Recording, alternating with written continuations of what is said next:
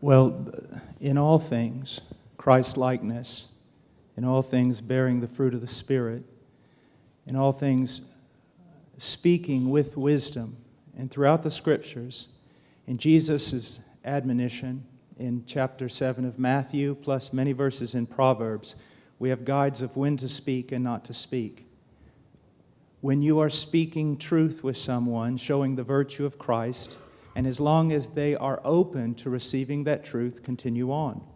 When they close down, a wise man will oftentimes also close down his arguments, because you're casting your pearls, you're giving what is holy, you're answering a fool according to his folly.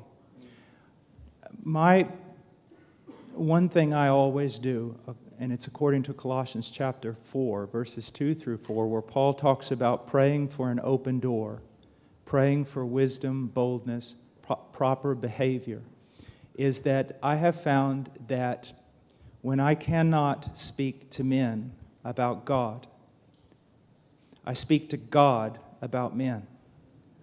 I am not a great... I do not have great reasoning powers. I am not a great debater. I am so limited when I deal with men.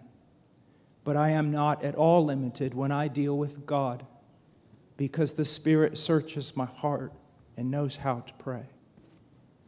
And so I'm going to speak the truth. If I sit down on an airplane, which I often do, I'm usually going to open up my Bible. I'm going to make it known right there. They're going to see me looking at the Bible, and I'm going to talk to them, and I'm going to pray that a door will open. If a door, I see we're getting, halfway through the trip, a door hasn't opened, then I am going to say to them, excuse me, I'm a Christian, and it would mean everything to me if you would just give me 5 minutes to share the gospel. Most people do.